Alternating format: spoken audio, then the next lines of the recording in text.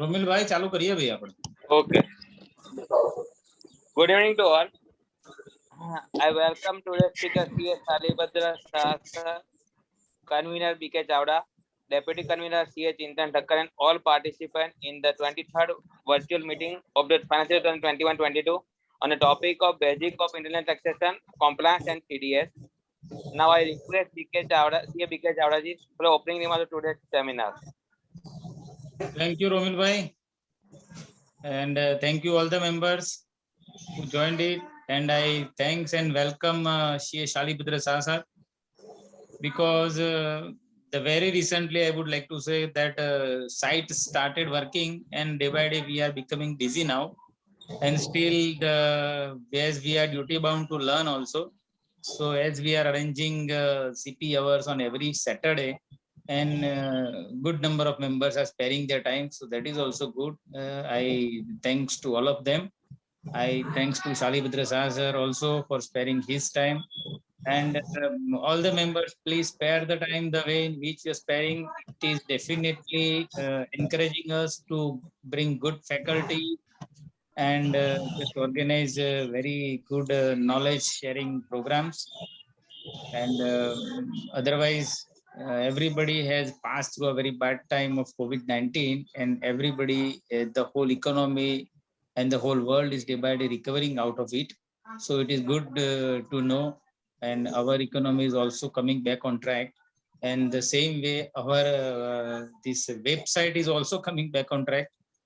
So we are definitely day by day we are going to be busy, but still best of luck to everybody for the new season. And let's go to Shalibhadra Sahasra for the furtherance of the session. Romil bhai. Thank you, sir. Now I request C.A. Darshi Sejani for the introduction of today's faculty. Thank you, Romil bhai. Am I audible to you? Yes. Yeah. Mr. Shalibhadra Sahasra is a very well-known faculty between us in the field of the income tax, especially in the specialization in the international taxation, and does not require any kind of the introduction. But still, as a part of procedure, I will introduce Mr. Sahasra. C.A. Shalibhadra Sahasra is the senior manager in the Ahmedabad office of Ernst & Young LLP. C.A. Shalibhadra Sahasra is passed out in the 2009, and post qualification he had worked for 1 year with the Shah & Shah Associates in corporate tax. Then after Sahasra joined Ernst & Young LLP in 2010 and has been working since then in Ernst & Young LLP in the areas of corporate tax, international tax, transfer pricing, expatriate taxation. Mr. Sahasra has advised many of the multinationals in the areas of the tax and transfer pricing, and is the also assisting this company in the litigations. With this, sir, welcome on behalf of Gandhinagar CP Study Circles. And now I would like to request Sri Romil Bhai Shah to carry out our further program. Thank you, Darshi. Now I request today's faculty C.A. Shalibhadra Sahasra for the start of seminar. Thank you, Romil bhai. Thank you, Chawda sahib. Thank you, Darshit bhai. I'll just share my screen. Let me know. It is coming host disabled participant screen sharing. Okay. But just I am allowing. Okay. Sir, it is enabled. Okay. Just a minute, sir.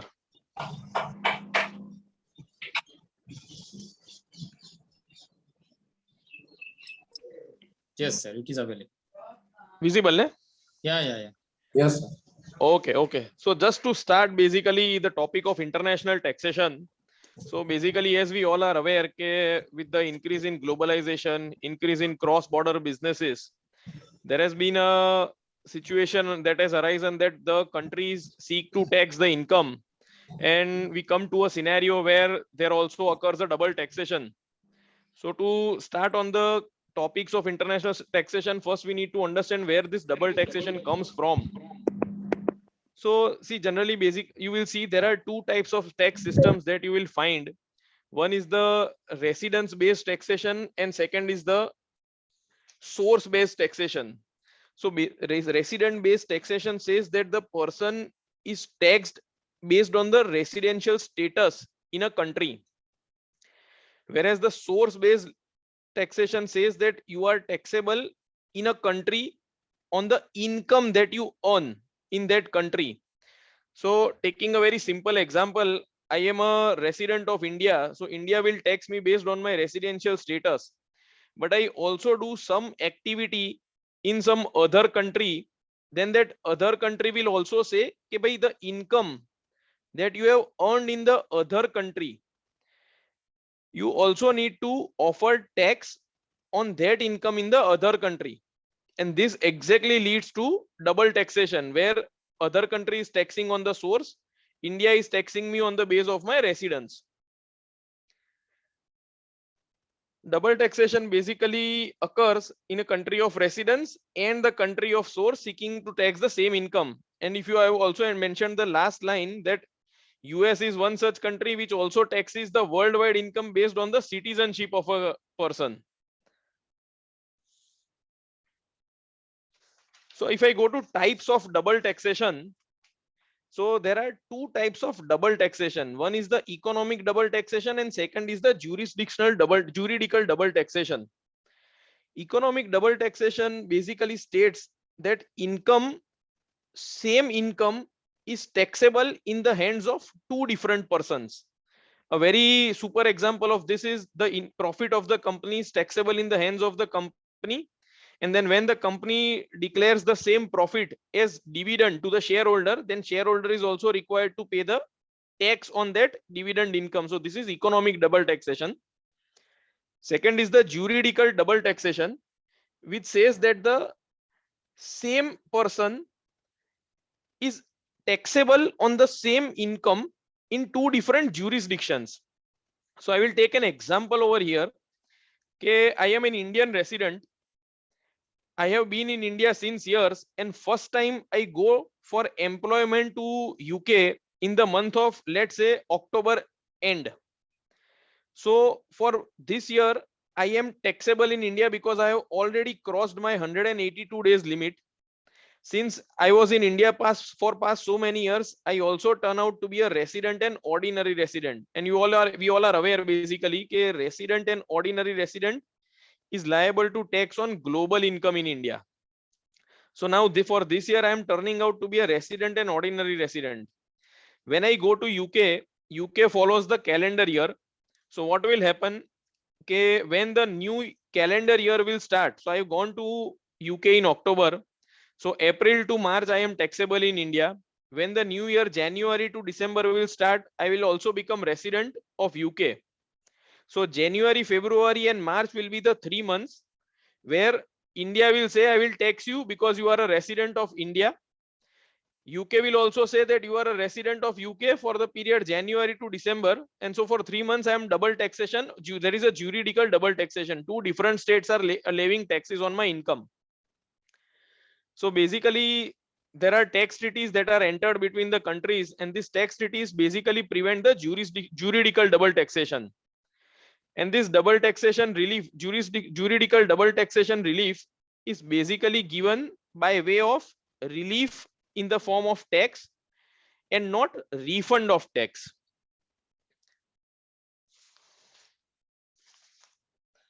If we go to Indian Income Tax Act, basically there are two sections which deals with the double taxation, section 90 and 91.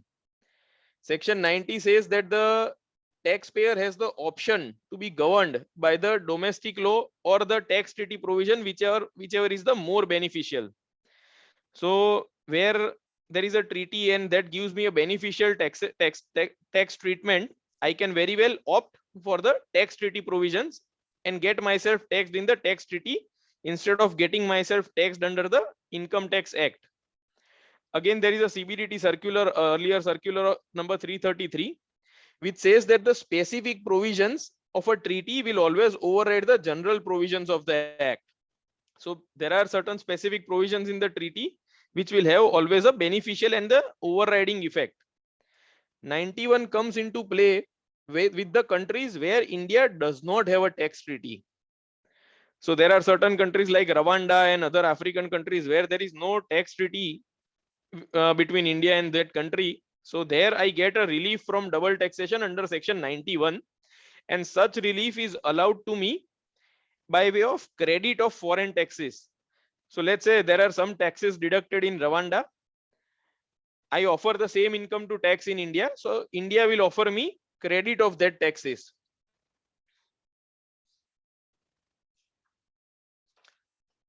Basically, the tax treaty or double taxation avoidance agreement DTAA that we say are the agreements between the two national jurisdictions.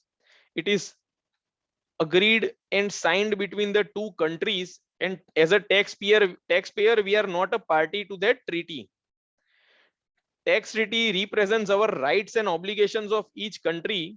So basically, on what income one country will tax, that income other country will forego, or other country will tax and the first country will forego. It also limits the scope and rate of taxation, and it also grants credit of taxes paid directly or indirectly in one or the other jurisdiction.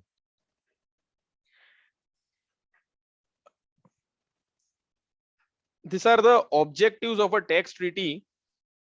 Basically, the first and the prima facie or primary objective is always the elimination of a double taxation.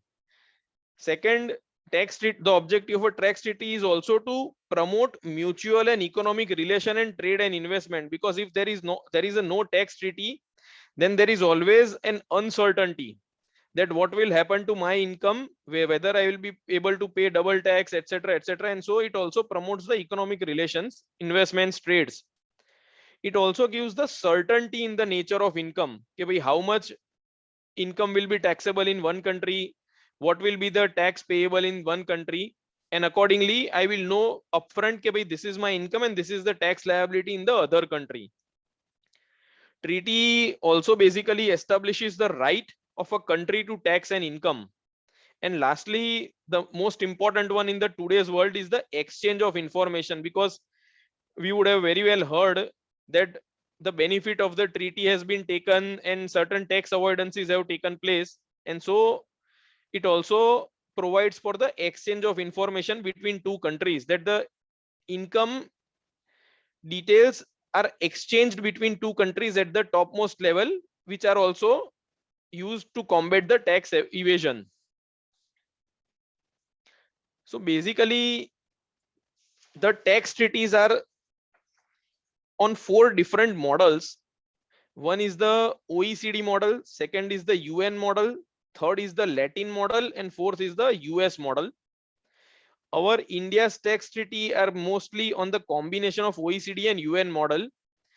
And basically, the majority of the treaties were negotiated between 80s to 2000s, and hence at that time, India being a developing nation, the more emphasis has been laid on the source country taxation. So basically what will happen, and we would have also seen, generally the developed country makes the investments in the developing country. So developed country will always want that it is taxed on the residence base, whereas the developing country will always want that I should also get my source and my tax on the income. So India, again being on the developing country, the emphasis was more laid on the source based taxation. So this is the typical structure of a treaty. While 1 or 2 articles may interchange in the depending upon the treaty, but it is primarily divided into 6 parts. One is the scope provision, where it defines the scope, taxes, entry into force, termination. Definition provisions, where it gives the definitions. Substantive provisions are the one which always defines the taxability of each of the item: immovable property, business profit, interest, royalties, capital gains. Other is a miscellaneous provision, non-discrimination. So basically it should not happen that on account of a treaty or a foreigner being non-discriminated or rather discriminated. So non-discrimination provisions, diplomats, extension. One is the elimination of double taxation. So basically it also treats about when there is a double taxation that is happening, then how the same may be eliminated by giving a exemption benefit or by giving a foreign tax credit, etc. Mutual agreements. And last is the anti-avoidance provision. And there comes the exchange of information. Where there is any avoidance taken place, the exchange of information takes place.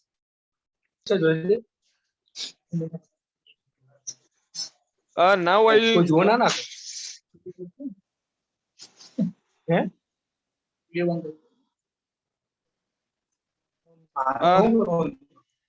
Before going into the each of the, rather not each, but the important articles that I have tried to cover in this presentation, I have first taken up the concept of tax residency certificate.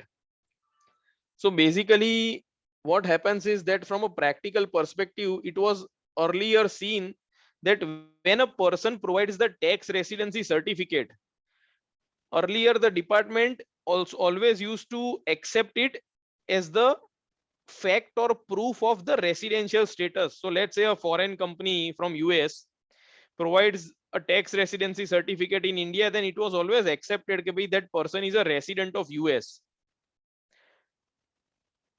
Supreme Court in Azadi Bachao Andolan, the 2004 famous judgment, also accepted that where the foreigner provides a tax residency certificate, then that should be considered as a conclusive evidence that person is a resident of that country. Of late, and with the introduction of general anti-avoidance rules as well as principal purpose test, etc., department has started questioning on the substance. So what used to happen practically, the person used to provide a tax residency certificate of one country, but it always happened that that person only has a virtual presence in that country, and ultimately all the actions and other things were taken from the other country. So what happened, let's say it's a US or UK company, they would have their setup in Mauritius, Mauritius being a slightly favorable treaty, or in Singapore or Mauritius, they will only be having a virtual presence and nothing else. And then the transaction will happen through Mauritius and India. So when India used to seek the tax liability, what the person will say that I have entered into the transaction with the Mauritius company. Mauritius will provide tax residency certificate, and hence the treaty benefits and all those were taken. So of late, government has also started looking into the substance. Okay, whether actually there is any substance or Mauritius is only a paper company and everything is done from some other company, other country. So in those scenarios, and with the principal purpose test that has come up in the multilateral instruments, so basically principal purpose test states that where one of the objective is to take a treaty benefit and avoid taxes, then the substance is to be looked at. You will not get the treaty benefit of Mauritius in our example, and the department will have the right to see the where actually the conduct is been taken, is getting taken place. So this is basically on the TRC, and from 2012-13 government has also made it mandatory that TRC would be first document that would be required if you want to seek a treaty benefit. While this is just one of the mandatory document, but it will not debar, especially in light of certain few rulings of Tiger Global that have come recently. It will not debar you from looking at the substance, but TRC is the first document that would need to be made available to seek a treaty benefit.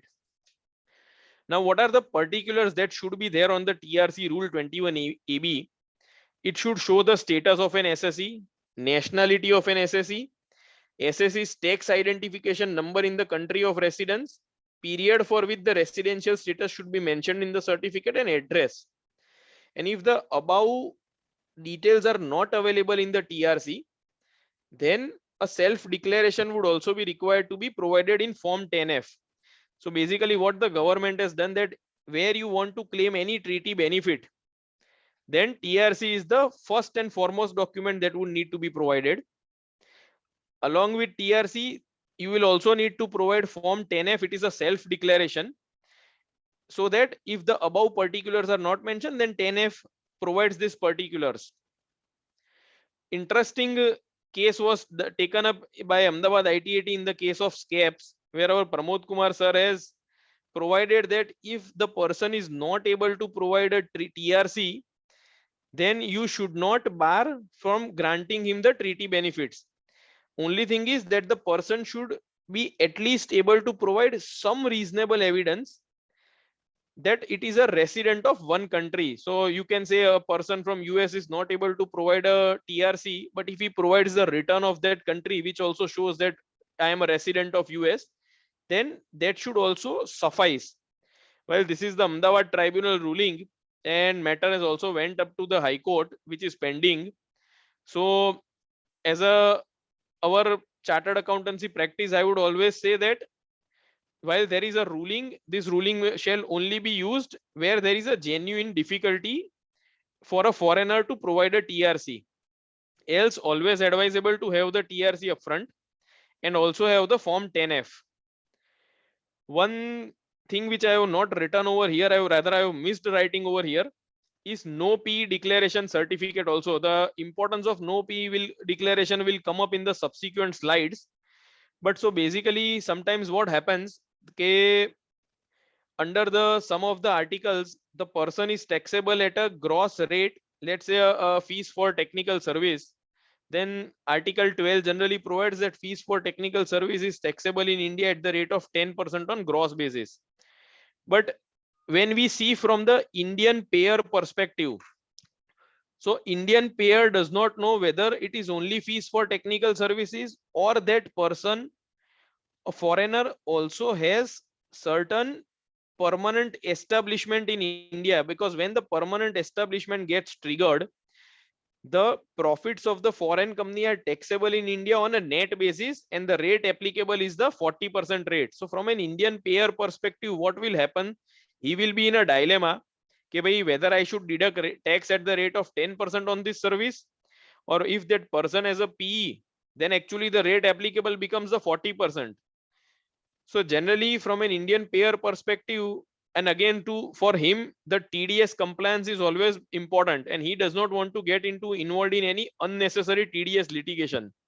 So what they do, they always also ask for a no P declaration. Again, it's a self-certified document that I, foreigner so and so, I does not have a permanent establishment in India under article number 5 of the so and so treaty, and hence accordingly the tax is deducted at the applicable rate of 10% on FTS in our example. So no P declaration is also taken up by the Indian payer. So practically it is always advisable that whenever we are transacting, we need to have a TRC, Form 10F, and also a no P declaration certificate. Now I go into the few of the important articles that I have preferred to cover over here. So the first article which I prefer is the Article 4, resident article. So this article basically states that the treaty benefit shall only be available if the person is a resident of one of the contracting state. Contracting state means India and the other country, other treaty country.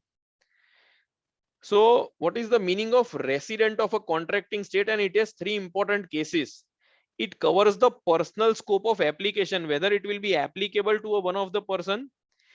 It also covers the double taxation, which arises on account of double residence, dual residence, the example we discussed in the earlier slides. And it also covers the double taxation on account of one country taxing on the state of one country taxing as a resident and one country taxing as a source. A person is basically resident of a country if he is liable to tax on account of his domicile, basically the place of stay or the having a permanent house, on account of his residence, place of management. Now place of management generally comes up in case of non-individuals, partnerships, LLPs or companies, or any other criteria. Basically this is there in typically there in the treaties. So where a person becomes resident in two countries, so their treaty generally provides for an individual a tiebreaker rule, and in case of a non-individual it provides a place of effective management rule. So first I'll take the place of effective management non-individual case. So even our section 6 also provides for place of effective management to determine the residency. So generally what happens, let's say an Indian company, and they also have a subsidiary in the foreign country, but every time what happens, the decisions, the meetings, directors, everybody is a resident of India. The meetings takes place in India. The decisions are taken place in India. There are no meetings that takes place in the foreign country. So what the law says, that in such scenarios, the effectively the company or a non-individual case is managed from India, and hence that foreign country company is also a resident of India. So where ideally what happens, that foreign company being incorporated in that country, it is resident of that country, and the tax liability all those occurs in that country, but India will also seek to tax that country, because everything effectively the company is managed from India. So this is the place of effective management to determine a residency. Second is that for an individual, so what happens, that in case of an individual, the treaty generally provides a tiebreaker rule. Okay, where the person is a resident of two countries, then there is a tiebreaker rule. So 1 minute. So generally what happens, this is the tiebreaker rule that is generally there in a treaty. So let's say I am resident of India as well as I am a resident of Germany. Then the first rule that is required to be seen is the permanent home. In which country I have a permanent home. If it comes down that I have a permanent home in India, then I am a resident of India and non-resident of Germany. The tiebreaker rule ends. If now permanent home, let me tell you, it is not just that home should be owned. Even a rented premise or a rented house is considered as a permanent home. If I come out with a position that I have a permanent home in India as well as in Germany, then I go to the second condition, which is the center of vital interest. Center of vital interest basically means that where are my personal and economic interest. So basically with which country my economic interest or the personal interest has a close relationship. Personal interest means where my social family stays, where my friends stays, etc. Economic interest says that where I have investments, I may have investments only in India, I don't have any investment in Germany, or I have investments in Germany, I don't have any investments in India. So this is the economic interest. So there it states that it should be closer. If it is closer to one state, then I am resident of that state. Now just one clarification over here also, by investment it also means having a bank account and having a sufficient or a good balance. So bank account should not have a minimum balance, but at least some balance also in one country. It may be said that I have a economic interest in the other country. So if it is closer to one state, then again the matter gets over. This tiebreaker rule ends and I will be resident of that country. If again I am able to determine that I have center of vital interest in both the countries, so basically I am not able to determine with which it is closer, then I'll go to third condition, habitual abode. Habitual abode means the period of time I spend in a country. So let's say 8 months I stay in India, 4 months I go to Germany, then I am more residing in India and so I'll become a resident of India. If it is a scenario I stay more in Germany, less in India, I'll become resident of Germany and non-resident of India. Again, you come to a scenario where you are mainly equally staying in both the countries. Then ultimately you go to the nationality. Nationality, generally the matter ends here because it in majority of the scenarios it happens that I am a national of one country only. It will hardly happen that I am a national of two countries. So if I am a national of one country, then matter gets over, I'll be resident of that country.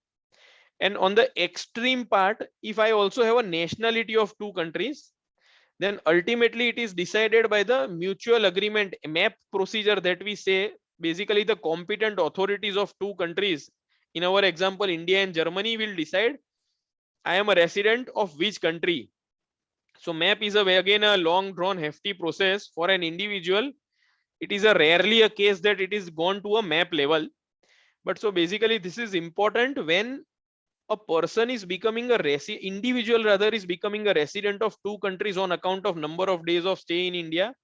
and to determine the taxability, because if both the countries say that I am a resident, the person is a resident of India, other countries say the person is a resident of Germany, so what happens? Both country will seek to tax the income based on their residency, and it will lead to heavy double taxation. So this is the residency rule given for an individual under a treaty. Next is the Article 5, which is a permanent establishment, and this is an important article because this has impact on many other articles also of a treaty.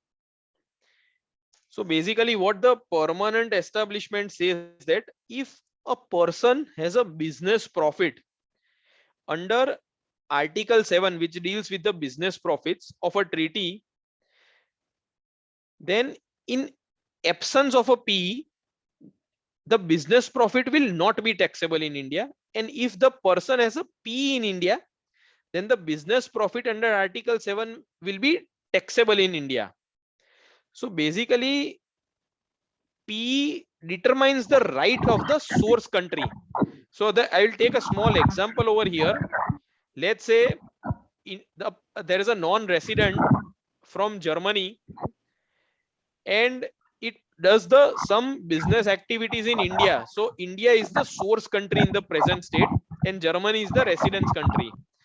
So determination of a P will determine the right of India to tax the business profit of the German company.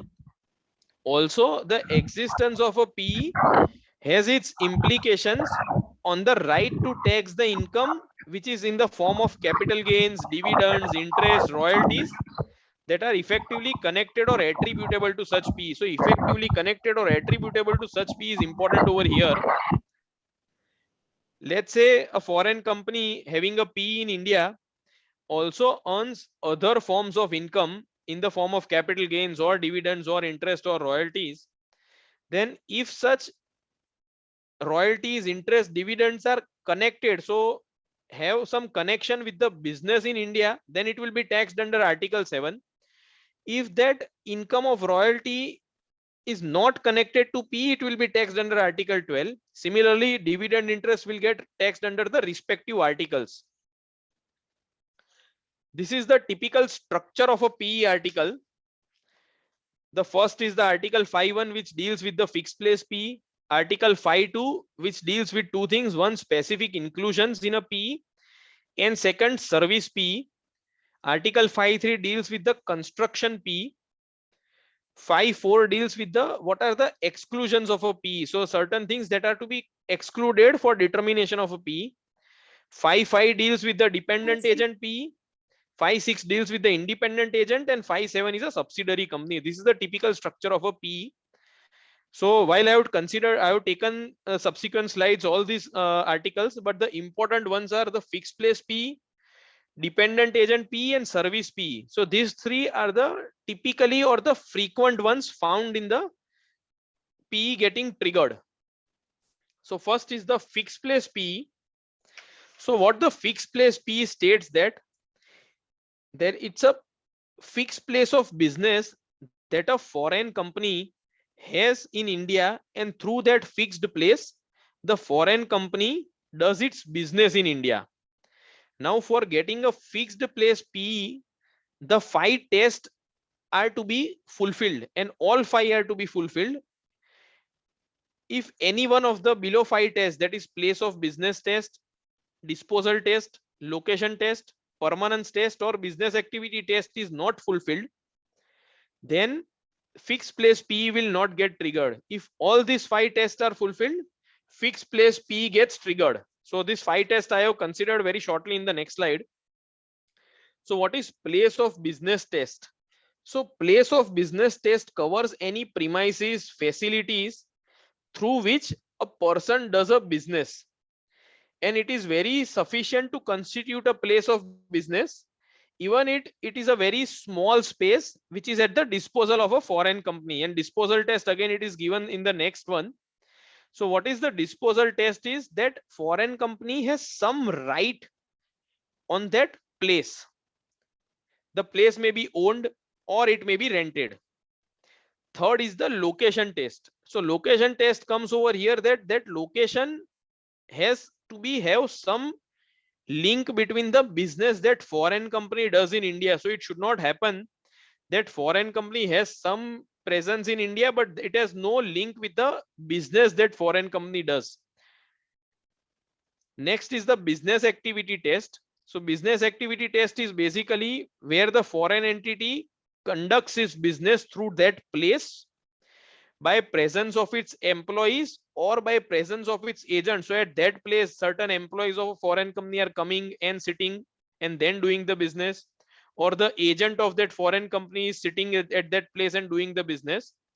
And last is the permanence test. So basically permanence test means there has to be a some reasonable period for which that place was used as a business. Now this reasonable is very subjective. A 1 month can be considered as a reasonable, 1 year may be also be considered as a reasonable, depending upon the facts of each case. A time may be considered at what is reasonable for this business, and accordingly. So very high, we can take a one simple example. Again, a German company having a rented office in India, and on that rented office, so that rented office is, let's say, at I am a chartered accountant, I have a big office, so I have given one of my room to that foreign company. That German company employees can anytime come, can sit in that room. If they don't come, that's also okay, I am getting my rent. So that German company has one place in India. Now that room is absolutely at the disposal. So foreign company has right on that room because I have undertaken, I have given that room on rent to the foreign company. So anytime employees can come down, they can sit. It is not that if that room is occupied by me, they cannot come and sit. They can still come and tell me that this room is on lease to us or on rent to us, and so we have first right to sit. So that is the disposal test. They sit here and they do the business activities in India. So they also meet the location and business activity test, and the business, that room has been occupied for a reasonable period. So once this all 5 conditions get fulfilled, because of this room, the foreign company triggers the permanent establishment, and so there it is said that that foreign company has a fixed place P in India. Implications of P I have covered in the subsequent slides. So this is the first one, which is the fixed place P. So whenever we are evaluating any presence of a foreign company from a permanent establishment angle, this is the first one, which is the fixed place P. Now fixed place PVP specifically includes place of management, branch, office, factory, a mine, or furnishing of services, which is the service P, subsequent slides separately. Additionally, few of the Indian treaties have also additional inclusions, like with India, with US, Singapore, Mauritius, Netherlands. A warehouse has also been considered to be included. Similarly, for treaties with USA, Netherlands, and Germany, a store or a premises that is used as a sales outlet. So I have a small store and that is also used as a sales outlet, then that will also be included for the consideration of fixed place P in case of treaties with US, Netherlands, and Germany. Service P is something that where a foreign company sends some of its employees to Indian company, and those employees render service to the Indian company sitting in India, and the person sitting in India exceeds the specified threshold, then the service P gets triggered. So I'll read the article first and then I'll take the example. The furnishing of services other than included services as defined in Article 12. So basically Article 12, which deals with royalties and fees for technical services, any services other than what fall under Article 12 within a contracting state. So a Germany company employee coming to India and rendering services within India by an enterprise through employees or other personnel, but only if the activities of that nature continue within that state for a period aggregating more than 90 days. So this 90 days is again very subjective. Each treaty has a different number of days. Some treaties have 90, some treaties have 180. So again, specific to a treaty country, we may have to see that article. In this example, I have considered 90. So where a person or an employee of a foreign company comes to India, sits in India and provides the services to Indian company, and his stay in India in any 12-month period exceeds 90 days, or this is or the services performed within India for a related party within the meaning of Article 9. So here this clause B is specific to US treaty that I have considered over here. So when a foreign company sends its employee to Indian company, and this Indian company and foreign company are related entities, then there is no threshold of day. Even a 1 day service P gets triggered. So this is specifically there in US, not there in every treaty. So what are the conditions for service P to get triggered? So one, furnishing of services other than those services which are covered under Article 12, royalty fees for technical services within a contracting state. So a person of Germany company coming to India, sitting in India and then rendering the services, and his stay in India in a 12-month period exceeds 90 days. So if these three conditions get fulfilled, then the German company or the foreign company has a service P in India. So service P gets triggered over here.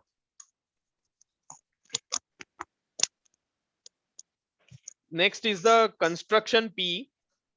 So construction P, generally what happens that where a foreign company has undertaken a contract for construction of a building, for installation of some project, some new plant and machinery, etc. And the period for which that project is going to continue is more than 12 months, then that foreign company has a construction P in India. So 12 months is generally there in a OECD model. So where the OECD model is more followed, it is a 12-month period. Where it's a UN model followed, it's a 6 months period generally. So where a foreign company undertakes a contract to construct any building, bridge, road, canal, or any installation of a pipeline or any other plant and machinery which has a substantial timeline, then that company is said to have created a construction P in India. Now, what is important over here is the last bullet. A building site is to be regarded as a single unit, even if it is based on several contracts. So let's say there is one building that is getting constructed, but there are different contracts given to a foreign entity. The same foreign entity, let's say first they will come and construct, then some other piping work may be given to some other country company, then finally the color work or some other major work is given to the same company rather, the first company. Then it is that building is considered as a single unit, and for both the works it is the one construction P that gets triggered. And secondly, the first bullet also, so this 12-month test is applicable to each individual site. So let's say a Germany company having one project in Ahmedabad, second project in Chennai. So Ahmedabad is one project and one individual site. Chennai is other project, other individual site. So if we come under a situation ke the construction period is of 8 months for Ahmedabad and 6 months for Chennai, then the construction P does not get triggered because it is to be seen from individual site. It should not be seen that both the sites are together, the period exceeds 12 months and so construction P has got triggered. You have to see each individual site. Because I have not bridged the gap of 12 months for Ahmedabad or Chennai, construction P does not get triggered. Again, where you will have to see a treaty specifically whether the period is of 12 months or 6 months. UN model generally follows 6 months. So if it's a 6 months period, then in Ahmedabad case, the construction P has got triggered. For Chennai, it is still not triggered.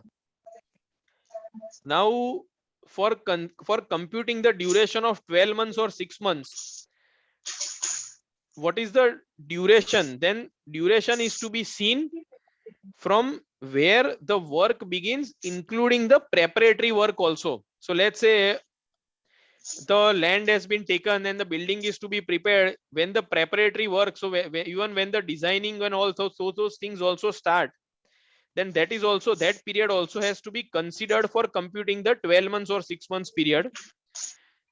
This period continues till the time the work is completely complete. So entire work is completed, handed over to the owner. Till that time this period is to be considered. And this is the last bullet, which is also important. If there is any temporary suspension on account of any law, so we all have seen last year only that on account of COVID, many construction sites got halted. So even this temporary suspension is to be considered for computing the duration. So 4 months I worked, then 4 months on account of COVID I didn't work, and now I worked for another 6 months. So total I have worked for 14 months. I cannot say that out of 14 you remove 4 months of COVID that I have not worked. That will also be considered for computing the duration of 12 months or 6 months.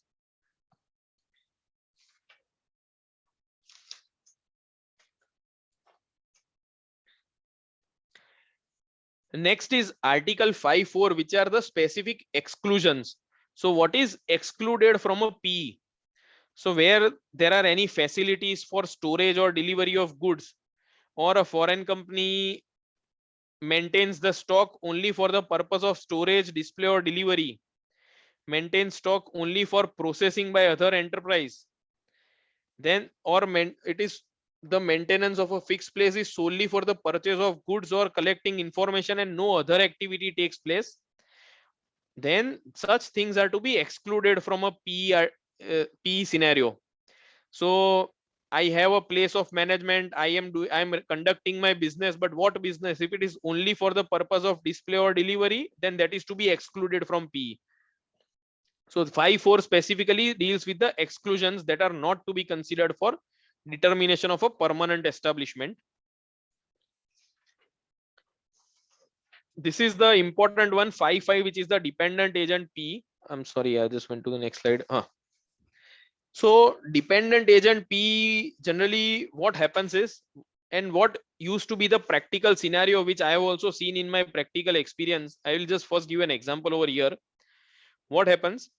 Foreign company sells the goods in India to third parties in India, but because to understand the Indian market, they have a agent employed or agent recruited in India. What that agent will do, that agent will understand the market, pass on the information to the foreign company, and then accordingly foreign company will act and sell the goods in India.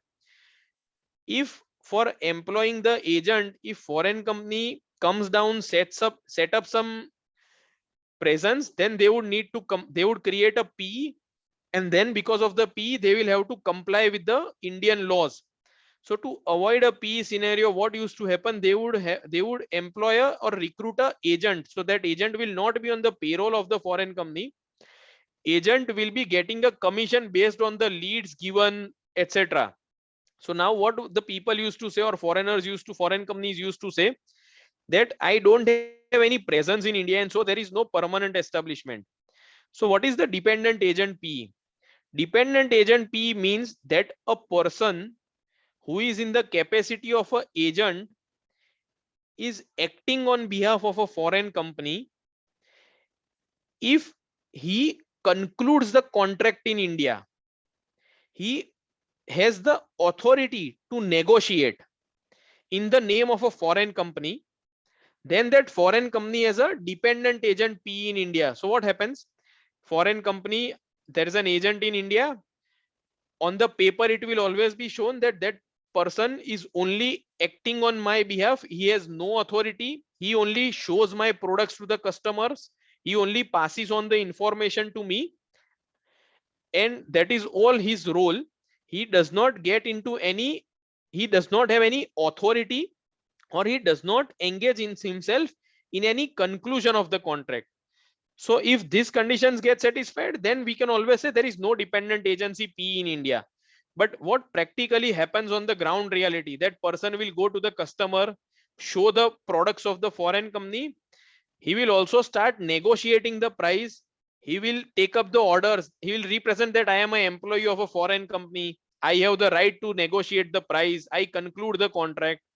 Then in these scenarios, because of the such activities of this agent, foreign company is said to have a dependent agent P in India. If that person only says, I only show the goods, I only show the price catalog, any negotiations, any conclusion, closure of the contract, everything to be done with the foreign company, I am only an intermediary to do 1, 2, 3 work, then there is no dependent agency P. So what happens always, the agreement says that the person will do only 1, 2, 3 activities. When you go to the ground reality, or where the department digs the document, ask for the emails, etc., that that person would have represented that I represent the foreign company, these are the prices. He would have said that I conclude the contract, I am ready to accept at the this much discount, ready to give this much discount. So when such things come on the ground, then this dependent agent P gets triggered.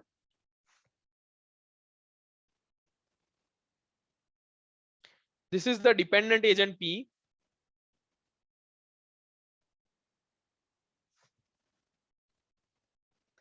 Next is the independent agent P. So basically, what is independent agent? Where the person is completely independent, while he may be the agent of a foreign company, but he is completely independent. He takes his own risk, and he only one of the or part of the work is with the foreign, he works for the foreign company and also undertakes the other work. He is completely independent, he is not dependent upon the foreign company. Then there is an independent agency. An independent agent means in a scenario where it's an independent agent, then foreign company does not have a PE in India. So what are the two key terms over here? One is the legal independence and second is the economic independence. What legal independence says, that the agent in India is not subject to any significant control of the foreign company. So I have completely independence. I will work according to my wish, and when I will work, if I work successfully, you pay me. If I don't work, I am completely independent. You cannot authorize me or you cannot order me. So that is the legal independence. And second is the economic independence. So basically, I also take the entrepreneurial risk. I am the entrepreneur. I do my own business. If I am successful, you pay me. If I'm not, you don't pay me. So if this two, legal and economic independence, gets triggered, it's the independent agent. And when there is an independent agency, the foreign company is said not to have a PE. So always when the agent gets appointed, this has to be the distinguishing factor, whether he is independent or the dependent.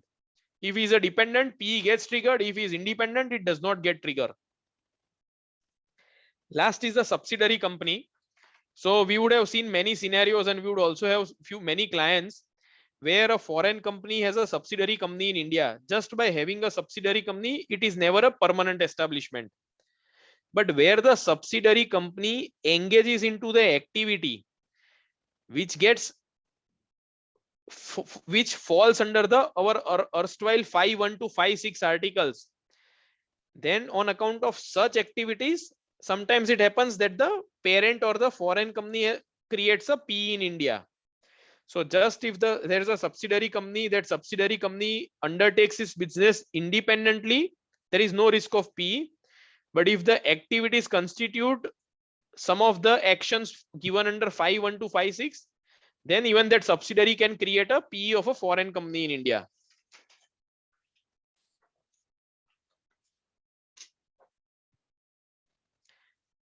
This is the very important amendment that has come down from financial year 21-22 onwards. Basically, the PE article that is there under the treaty, under the act, it is called business connection. Though similar but slightly broader than the concept of PE. So what the business connection says, where there is a continuous and intimate relationship between the two businesses, then there is a business connection of a foreign company in India. And when there is a business connection, similarly to PE, the business profits of a foreign company are taxable in India under the Income Tax Act. So under the act, the concept is business connection. Under the treaty, the concept is permanent establishment. I have not dealt with business connection in detail over here, but this is the significant economic provision presence that has come down from FY 21-22 onwards, and this has a very far-reaching impact. Because of this provision, many foreign companies are likely to trigger the business connection under the Act in India. So up till now, the business connection provision used to take care of the presence of the person or the foreign company in India, physical presence, and hence on account of those, any business connection, business connection or P used to get triggered. Now with this digital economy, digital world, digital transactions, the importance of significant economic presence has come up, because what happens that everything is done digitally. Now where the transactions are actually taken place in India, but because of the digital presence, nobody comes down to India, and so person gets out of the PE article. And so this significant economic presence, what this significant economic presence is, that if this conditions given in the subsequent slide gets fulfilled, then the foreigner or a non-resident has a significant economic presence in India, and by significant economic presence, there is a business connection in India. The conditions are, the government has given two conditions. One is the revenue linked condition or the user linked condition. So what is the revenue linked condition? Where a non-resident enters into transaction in respect of any goods or services or property in India, and aggregate payment that the foreigner receives is 2 crore, then the revenue linked condition gets fulfilled and the foreigner has a significant economic presence, ultimately business connection in India. And second is the user linked condition. User linked condition is generally there for the digital transactions, where the foreigner undertakes the activity with the users in an online mode, and such users are more than 3 lakhs in India, or the transactions are concluded digitally, sale of software or something, sale of or the support services given online, and such users in India exceed 3 lakhs. So if any of the revenue linked or user linked condition gets fulfilled, significant economic presence gets triggered. Under the Act, the foreigner has a business connection, and once business connection, income that is attributable to business connection gets taxed in India as business profit. And being a foreigner, tax rate applicable is 40% plus surcharge cess. So the income gets taxable in India of that foreigner at 40% plus surcharge cess. So earlier what used to happen, a very classic example, and we all would be seeing this scenario. I being an Indian company, I am purchasing goods from foreign company. The ultimate product that I prepare, one of the raw material requirement comes from foreign. Now, if I purchase goods from foreign company, that foreign company was never required to pay any tax in India, because the sale transaction for foreign company is the business profit of that foreign company. And if that foreign company does not have a PE or no business connection, that foreign company was not required to pay any tax in India. Now what will happen, while the idea of the government was to tax the digital, the section not only says digital, it says that in respect of any goods. So when that foreign company sells goods in India of 2 crores or more, they fulfill the SEP condition. Now what is important over here is the revenue threshold of 2 crores or user threshold of 3 lakhs is to be seen from that foreign company perspective. So there may be a scenario that foreign company sells goods to me, an Indian company, of 1.5 crores. It sells to another Indian company of 1.5 crores. So I cannot say that because 2 crores is not fulfilled, the SEP is not getting triggered. In fact, because that foreign company is selling goods of 1.5 crores to me, 1.5 crores to another Indian company, 2 crore limit is to be seen from a foreign company that has already been fulfilled.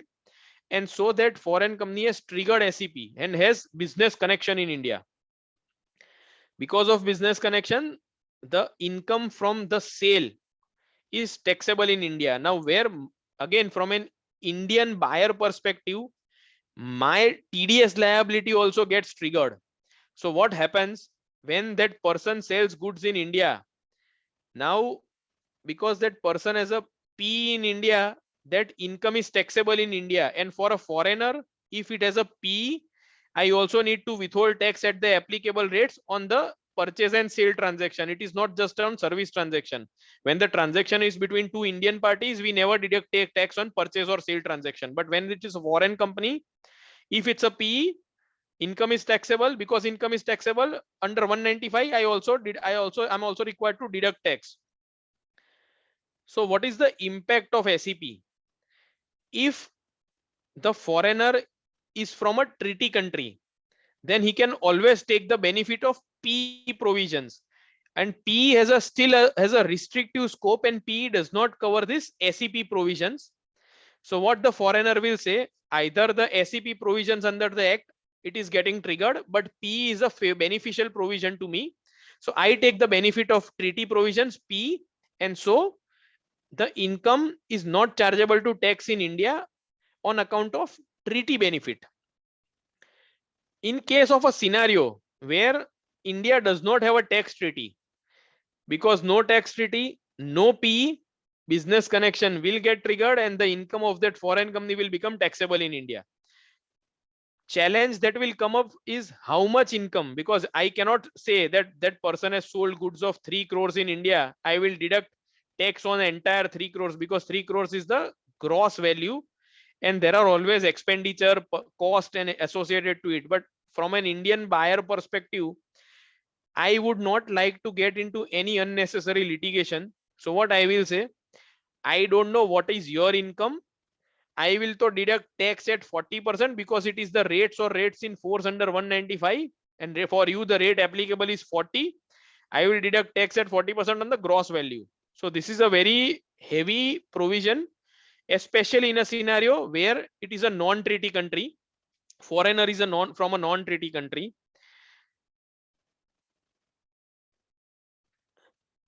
There is one slight exemption also given over here, that if the services are in the nature of FTS or royalty or equalization levy, then SEP will not get triggered, because those are the specific provision and that will override the general SEP provisions.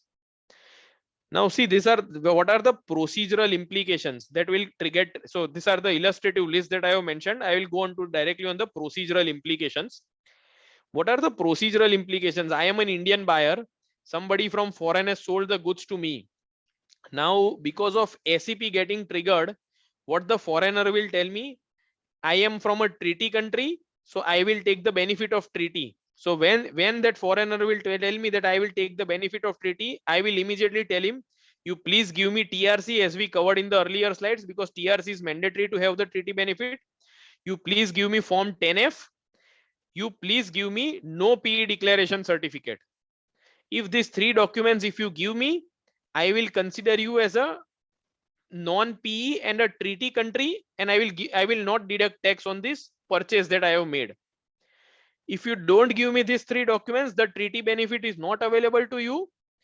You are taxable under the act because of significant economic provision, because of business connection. I will deduct tax. So till date, what used to be a scenario, a foreigner only selling goods in India was never asked to provide a TRC. Now he will have to provide the TRC also for the sale of goods. This is important because we all will be having many clients who will be purchasing from the foreign companies, and so we'll have to see if the person is from a non-treaty country, that person is gone. He will have to deduct tax at 40% unless that person applies under section 197 for the lower withholding and gives us a lower withholding certificate. So if a non-resident triggers significant economic presence or business connection in India, then what are the compliances that non-resident also will have to do in India? First, obtain PAN.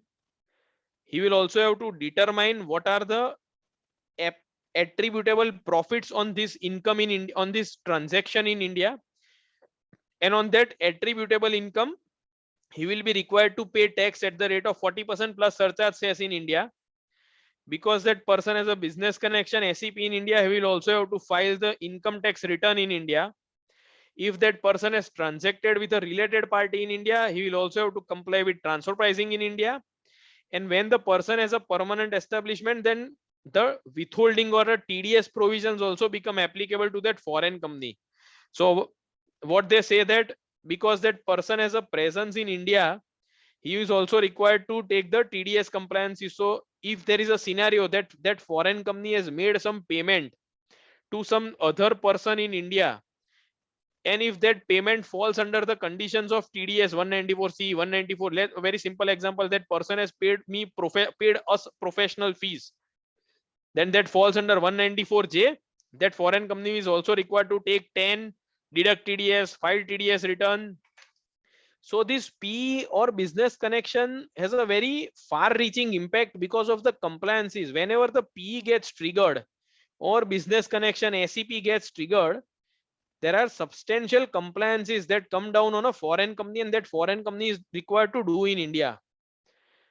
Our Income Tax Act also has sufficient provisions to cover that if that foreign company does not take any such compliances, then Income Tax Act provisions has sufficient provisions to say that they will consider the Indian company who has transacted with that foreign company as an agent of that foreign company, and they also can recover such taxes or the such tax liabilities from the Indian company. So whenever we are advising a non-resident company, we'll have to support them to ensure that they don't trigger any compliances. And if they trigger, then they will also need to do these compliances in India. Where we are supporting the Indian buyer, or we are from the Indian buyer perspective, we will have to ensure that the foreign company provides us sufficient documents, TRC, 10F, no P declaration, so that the withholding is done appropriately. And being Indian company, we are not into any unnecessary TDS litigations. So these significant economic provisions have brought in the far-reaching impact in India. I'll slightly pause over here, and any questions till now or especially on this SEP I would like to discuss, because this has a very critical impact.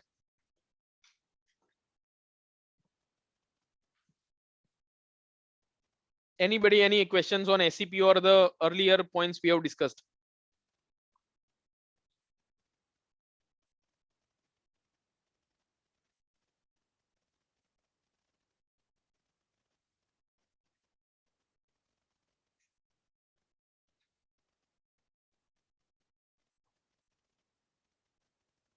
Hello. Should I move forward or? Yes, yes, sir. And sir, let us say that if anybody have any question, they can put into the chat box. Okay. Fine. So it will be solved at parallel, sir. No problem. So I'll just Okay, move sir. forward. Please, sir. So this was on the PE and business connection. Next is the business profits, Article 7. So Article 7, what it says, that the business profits of a foreign company are taxable in India if the foreign company has a permanent establishment in India. So when we completely evaluate Article 5 from a foreign company perspective, and if we conclude that PE of a foreign company is triggered in India, then any business profits gets taxable under Article 7. If we conclude that there is no permanent establishment basis the conditions of Article 5, then the business profits of a foreign company are not taxable in India. Again, when the business profits get taxed on account of any PE, the foreign company also gets the deduction of expenses that it does in India. Now, one interesting which I have seen in my practical experience, I would like to share over here.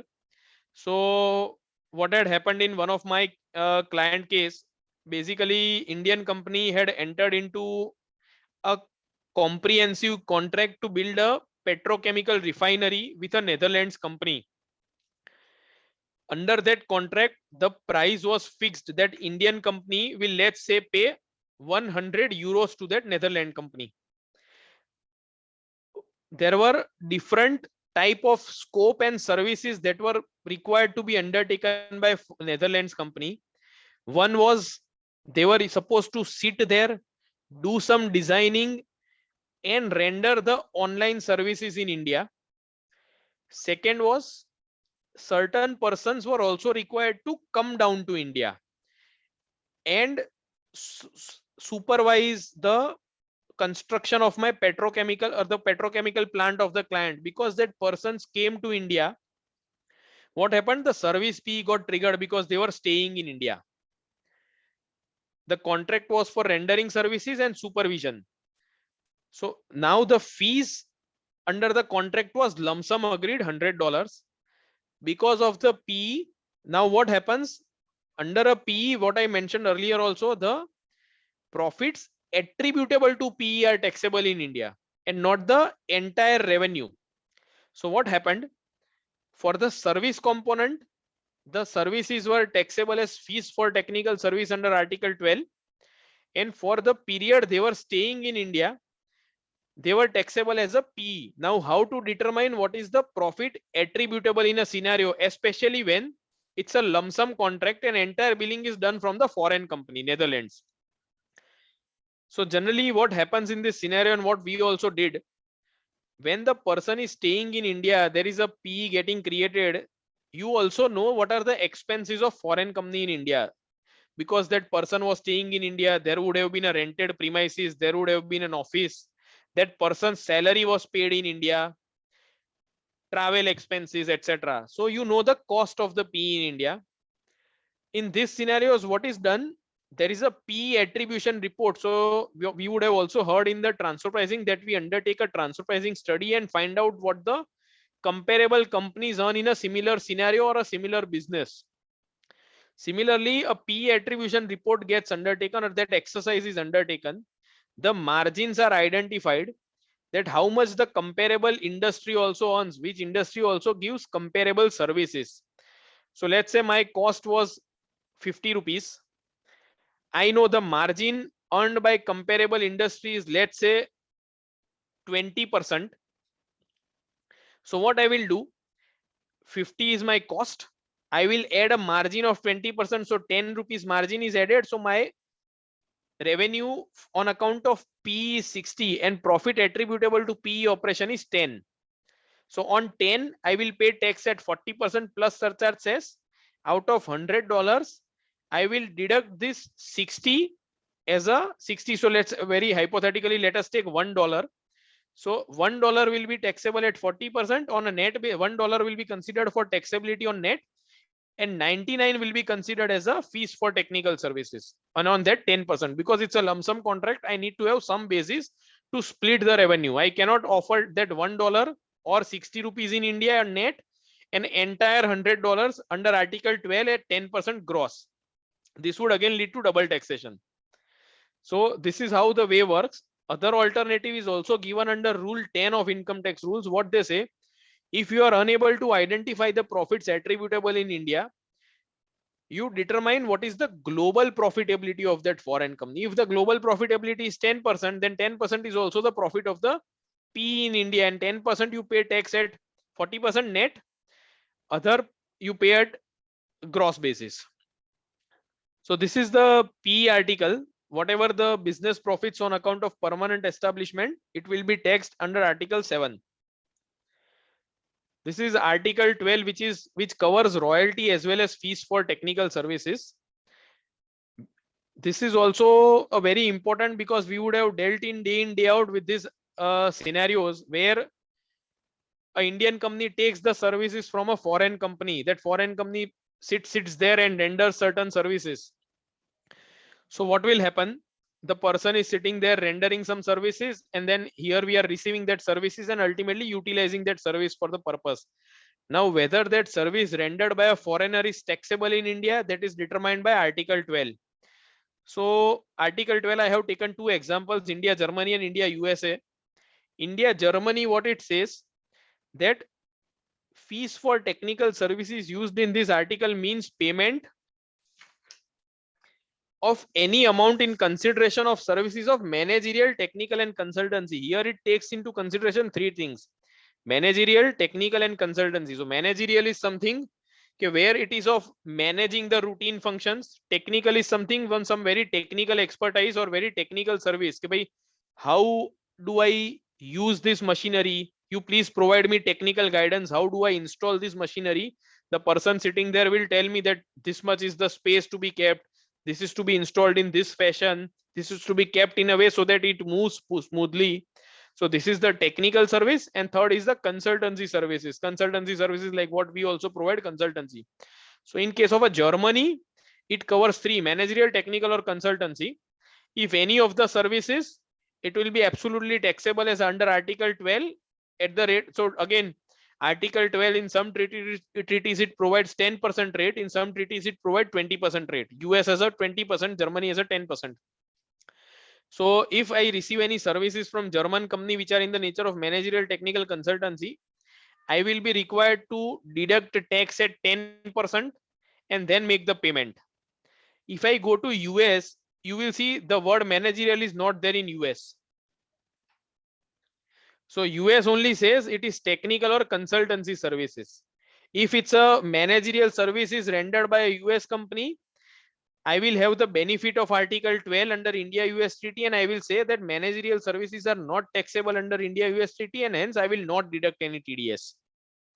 If the services are technical or consultancy, US also provides for a further drill down argument of make available. So if that technical services make available any technical knowledge to the Indian recipient of the services, then that services are said to be made available, and then that services are taxable and Indian party will be required to deduct any TDS. If that services do not make available, I can again still say that I am not required to deduct the TDS. So what is make available? So make available is something that when I receive the services from a foreign company, that foreign company, if it teaches me, and in future based on that knowledge I am able to do the same work again on my own and I don't need to go to anybody else, then that services is said to be have been made available to me.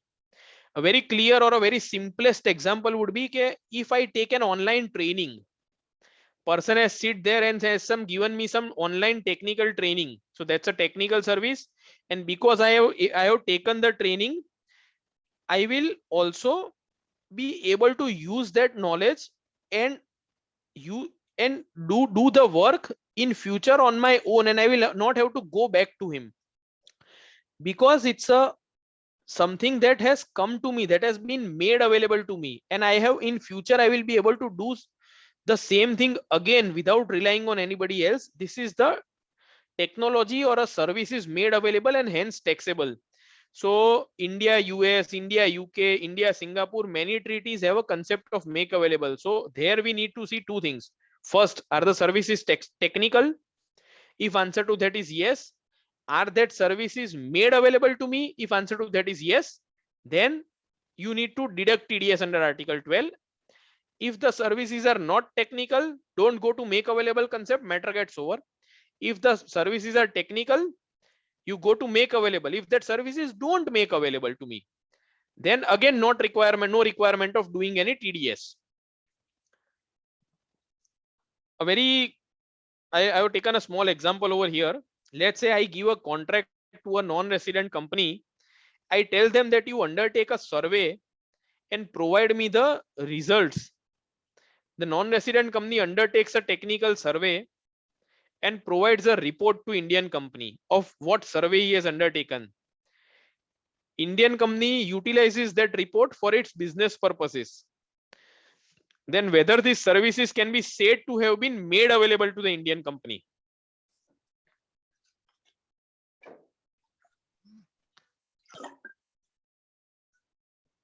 So there is a landmark judgment of D. Beers, Karnataka High Court on make available. Exactly this is the fact of that case. So what they say, okay, what Indian company has got? Indian company has got the report. It's a technical report, but Indian company has not got the knowledge of how that report was prepared. If Indian company would have got the knowledge of how that report has been prepared, then that service has been made available. Indian company has only got a report and that knowledge is not made available. Tomorrow, 2 years down the line, if I want to again take that survey, I will not be able to. I will have to again go back to some person. So just by having a report, it is not made available, and hence the services are not made available, so not taxable under the treaty. So always when we read Article 12 of a treaty, we'll have to ensure whether it covers managerial technical consultancy and whether that Article 12 has a argument of make available or not. A very clear or very best of the example where what we can say in our professional life, we do audit for our clients and we issue them audit report.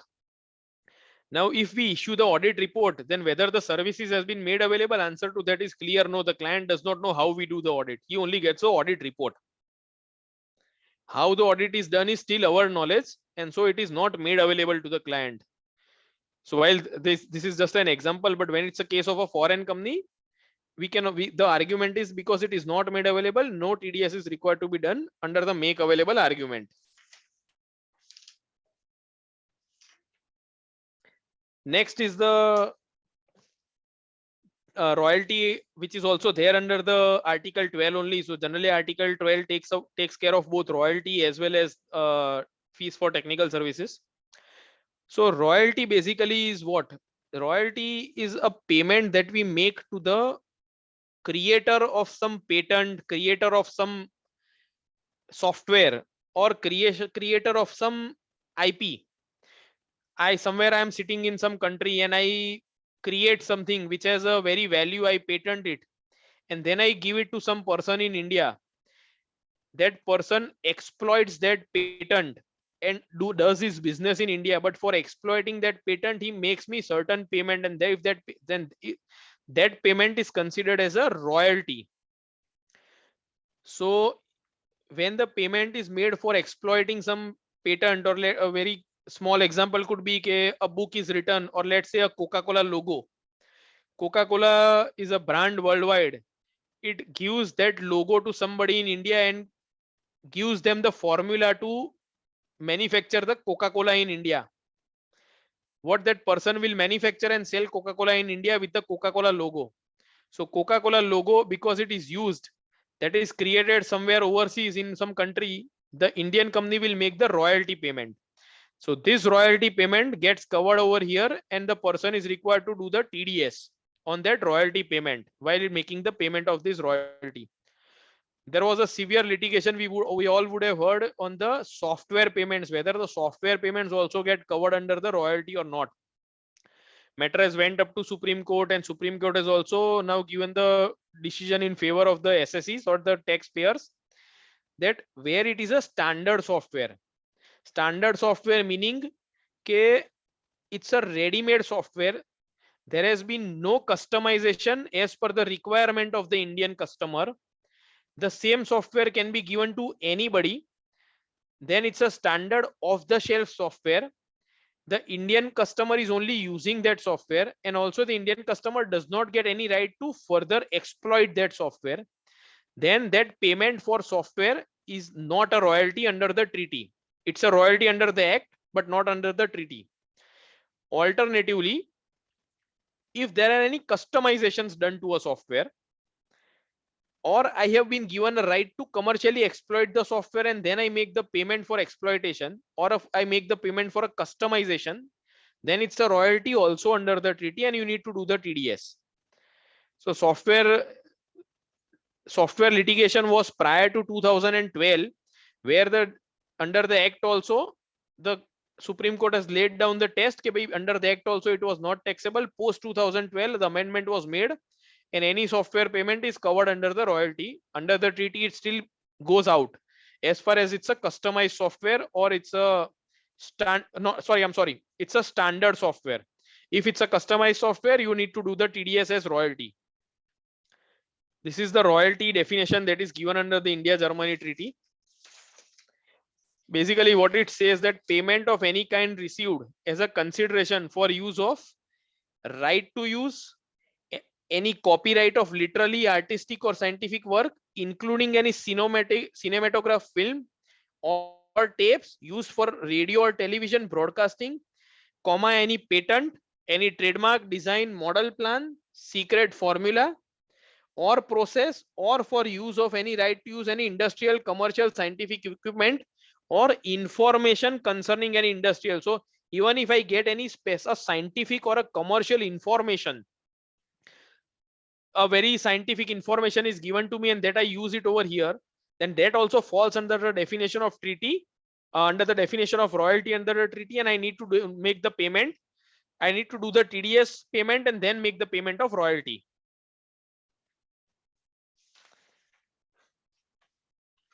Next is the Article 14 on independent personnel services.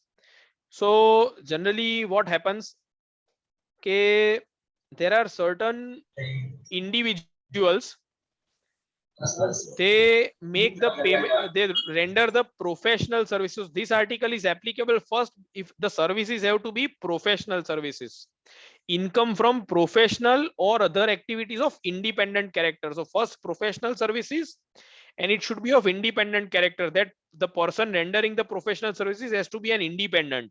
He should not be employed with anybody, and he is providing the services in the capacity of employee of a company. He is providing the services independently. A very clear example, engineer working independently in USA or Germany, rendering services to Indian company.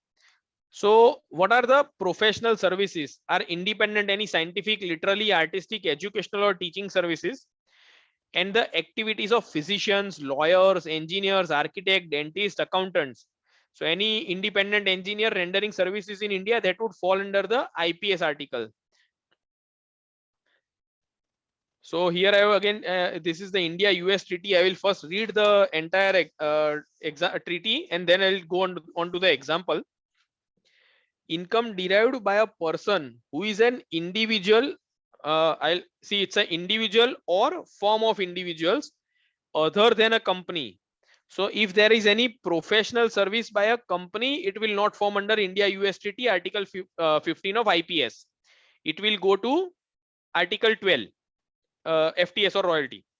So any individual or form of individuals other than company who is a resident of contracting state, US in our example, from the performance in other contracting state, India, of professional services or any other independent activities of similar character shall be taxable only in first mentioned state. First mentioned state is US, except in the following circumstances when such income may also be taxed in the other contracting state, that is India. So what happens? Professional services by an individual or form of individual other than a company shall be taxable under article 15 only in US. It can also be taxed in India if the below conditions are satisfied. And what are the below conditions? If such person has a fixed base regularly available to him in India, and second, that person was present in India for aggregate of 90 days or more in any relevant tax year. So any of the two conditions, if he has a fixed base in India or he is present in India for 90 or more days in India, then that professional services under IPS article will be taxed in India also. If this condition does not get fulfilled, it will be only be taxable in US. So this is the interpretation I have mentioned over here. Okay, US resident has a fixed base in India and he is there in India for 90 or more days, then India can tax this income under IPS article.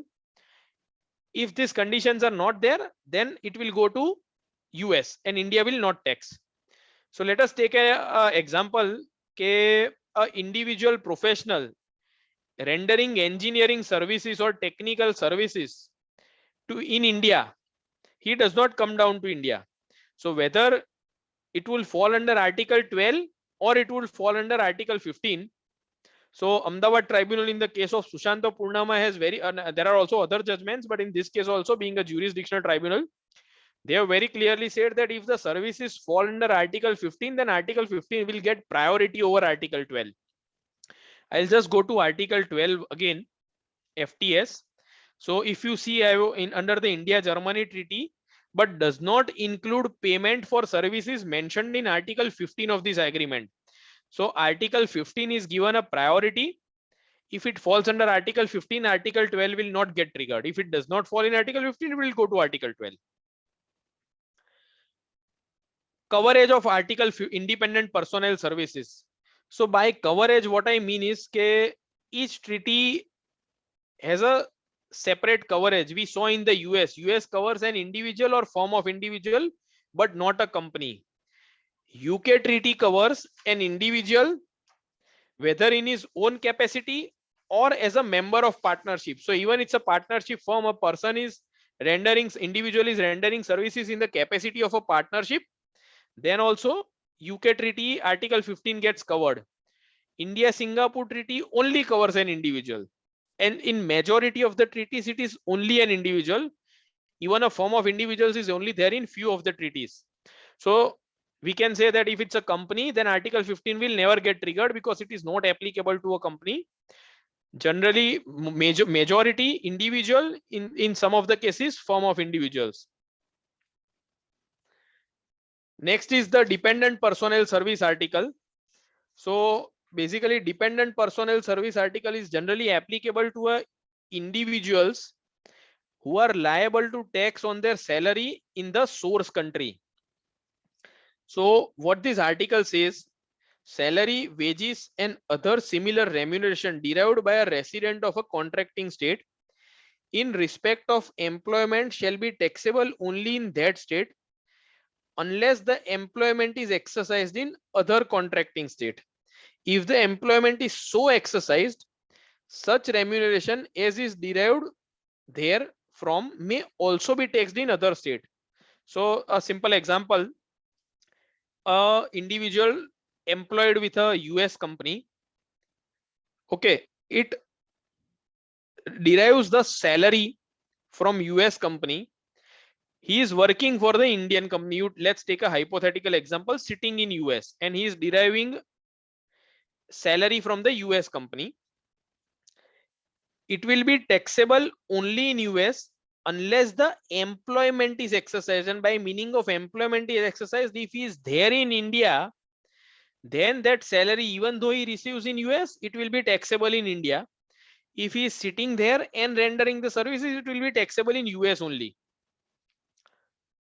Now, so India will consider its right to tax only if he is in India. Again, this is the article 15.1. I go to article 15.2. There is a further restriction for India to tax this salary of an individual. What it says, notwithstanding the provisions of paragraph 1, remuneration derived by a resident of a contracting state in respect of an employment exercised in other contracting state shall be taxable only in the first mentioned state, that is US, first mentioned state, if A, B and C conditions are fulfilled. So what the ABC condition says, the recipient is present in India not for a period exceeding 183 days. Remuneration is paid by the employer who is not a resident of the other state, that is again India. And remuneration is also not by the permanent establishment of a foreign company in India. So again, the interpretation over here that comes up is India. So let's say a very hypothetical, again, a person comes down to India, then also India will not tax under article 15.2 if that person salary is paid by US, that person is in India for less than 183 days. The US company makes the payment, that and the US company is not a resident of India, and US company also does not have a fixed place or a permanent establishment in India. So if these conditions are fulfilled, a person, though he has come, individual, though he has come down to India, he has stayed in India for less than 183 days, his salary will not be taxed in India. This is called the short stay exemption under the treaty language.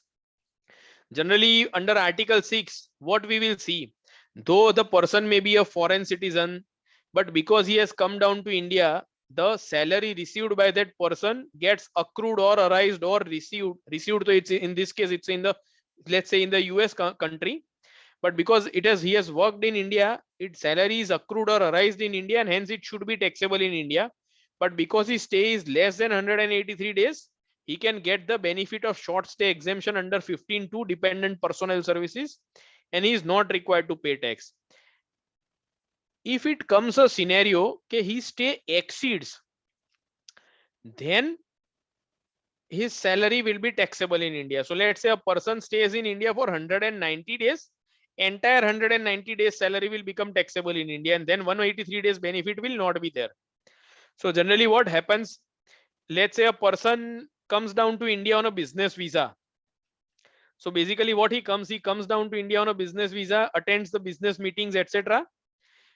And for attending these meetings, Indian company makes the payment to the foreign company.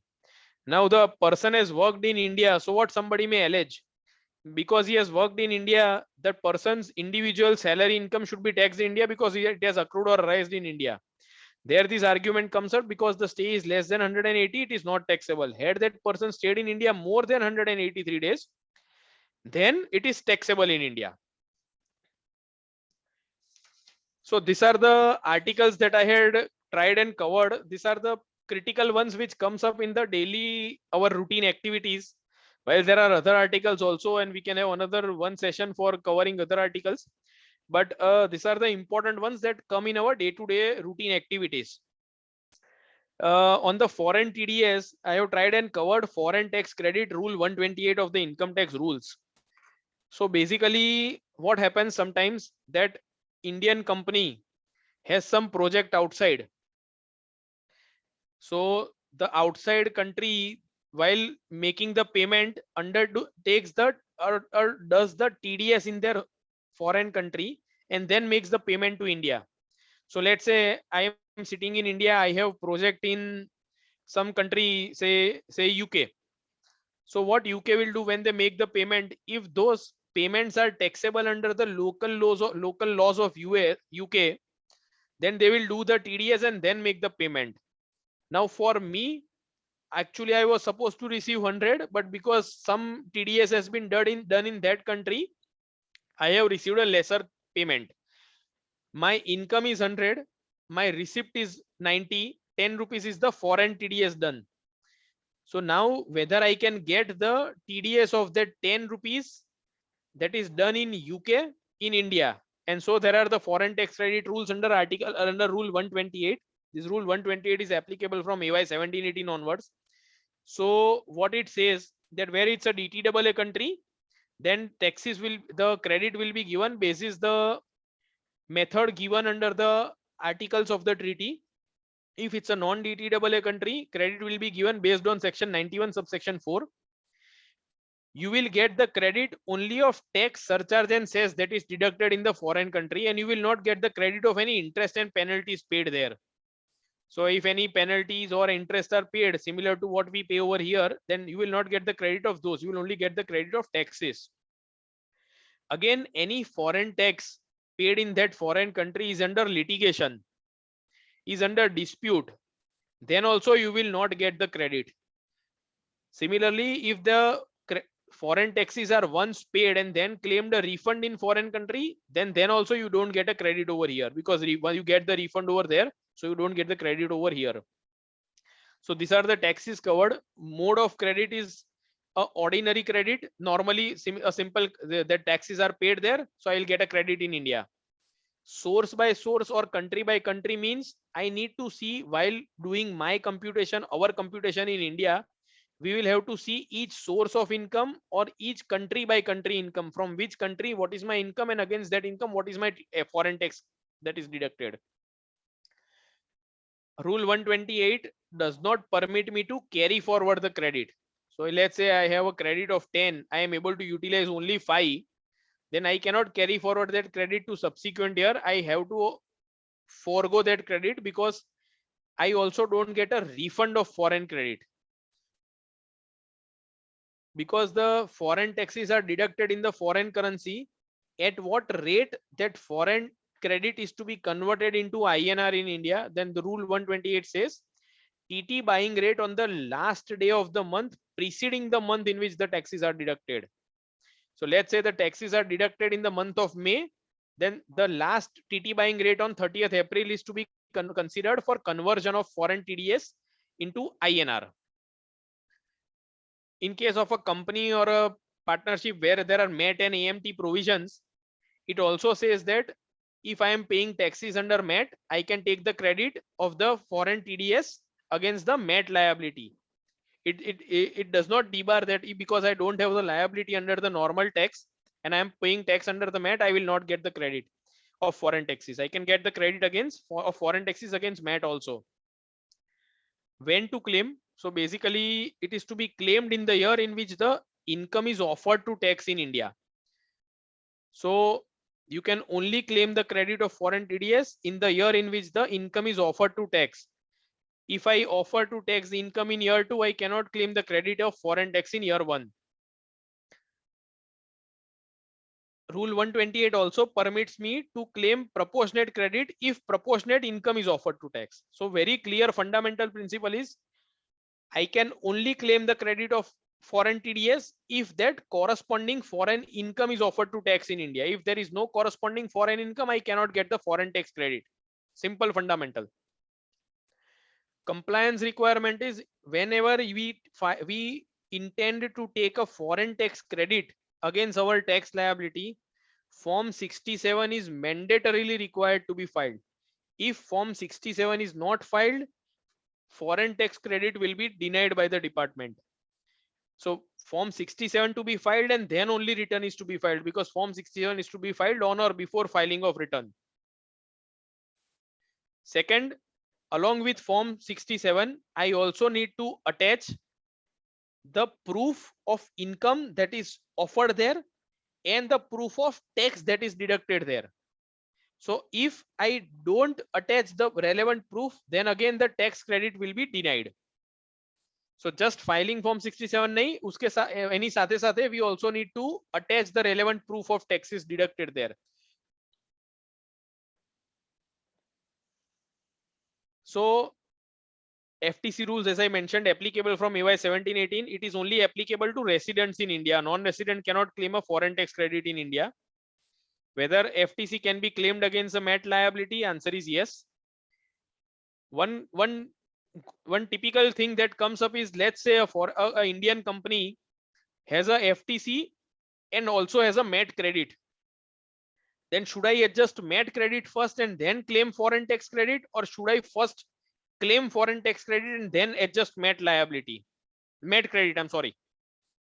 So what foreign tax credit says that it can only be considered in the year in which income is offered to tax. If income is not if income is offered to tax in year 1, you cannot claim FTC in year 2. So one argument could be because income is offered to tax in year 1, I will first claim FTC, and MAT credit can anyways be carried forward to the subsequent years.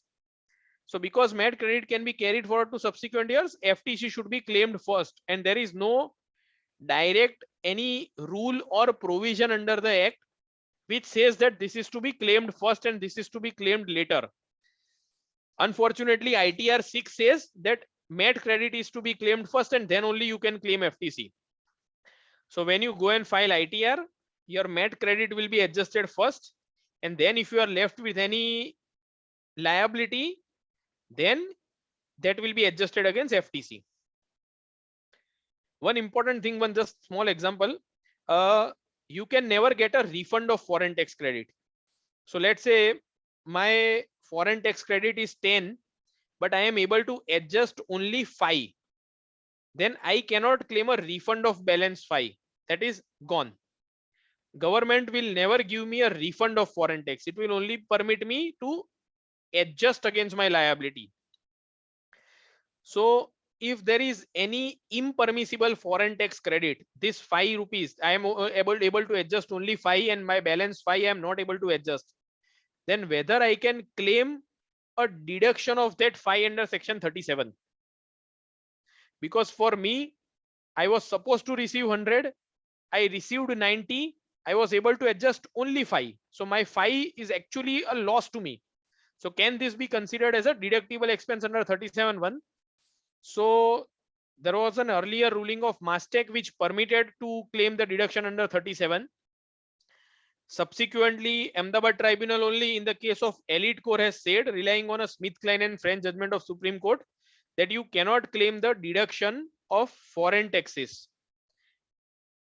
Again, Ahmedabad Tribunal after Elite Core has relied on some in the case of Veermati Software, has said that you can claim, you can claim this impermissible foreign tax credit under section 37.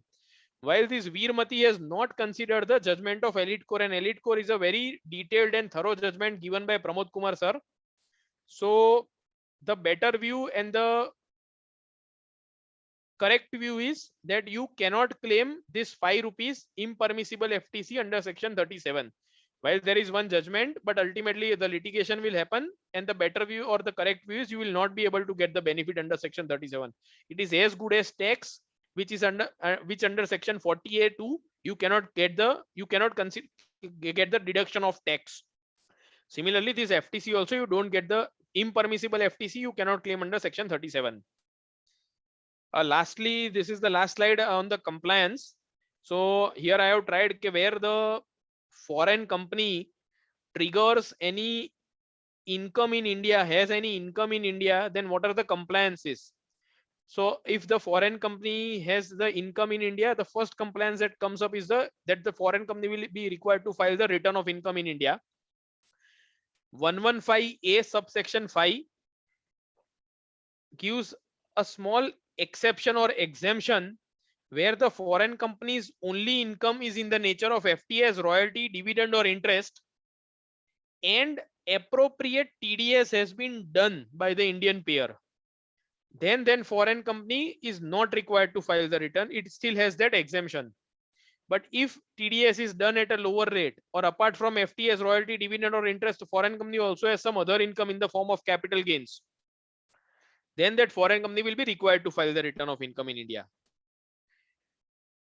If the foreign company has a PE in India, apart from the return compliances, foreign company will also have to prepare its accounts, get the accounts audited, and also comply with the TDS compliances. Have the TAN number, deduct TDS on the payments in India, file TDS return. Once PE is triggered, all the compliances that are applicable to Indian company will be also be applicable to the foreign company. Lastly, non-resident having transaction with associated enterprises or related parties in India. So basically the transfer pricing. So apart from the return, form 3CB is required to be filed prior to filing of return. Transfer pricing study report is also required to be prepared where the taxable value of the transaction exceeds 1 crore. And 2 years back, Indian section 285 has brought down the concept of master file and CBCR. So where the transactions exceed the specified threshold, master file and CBCR is also required to be filed. So this is when the transactions are between the associated enterprises. Separate altogether a chapter of transfer pricing where these all compliances come up, but that also required to be filed if the transaction between foreign company is with the related party in India. This is all from my side. Any questions? Happy to take it up.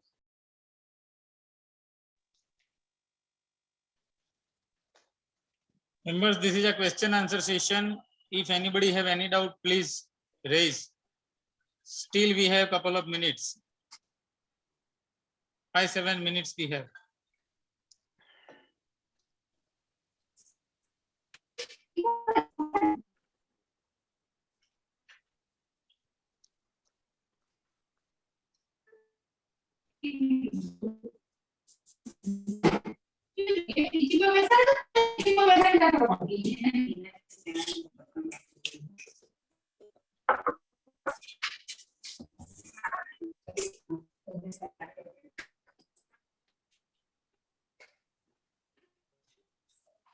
Is there any question, please?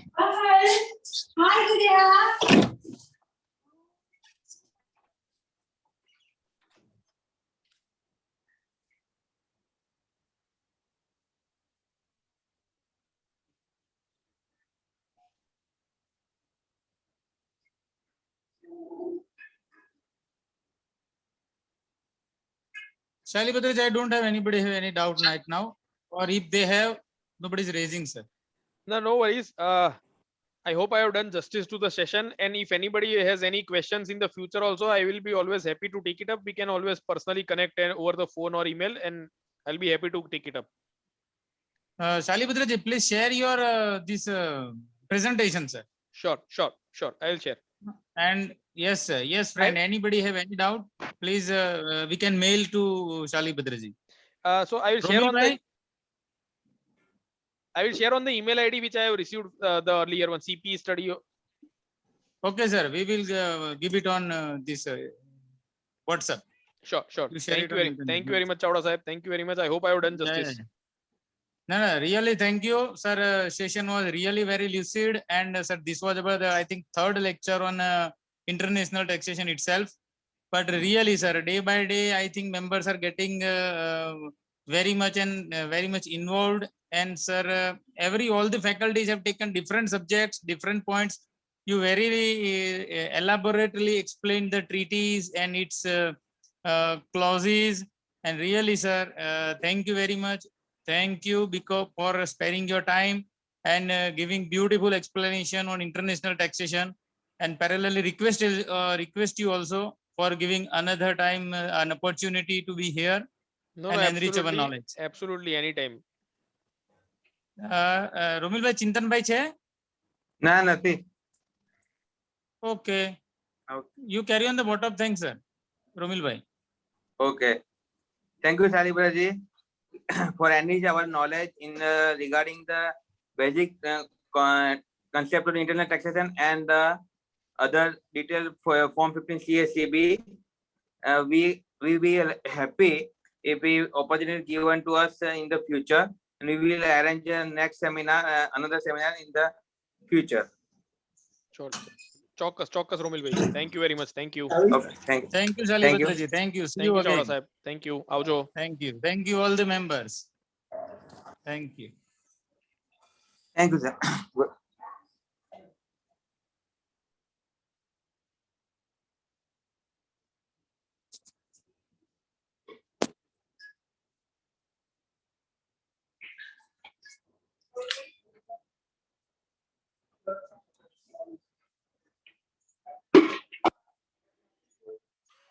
यार हमारा जरा हमारा time नहीं हुआ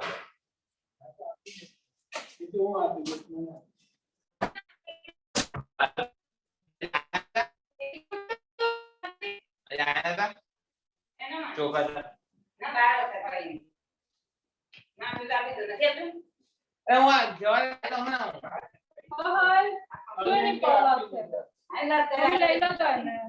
बाहर અહીંયા બેટા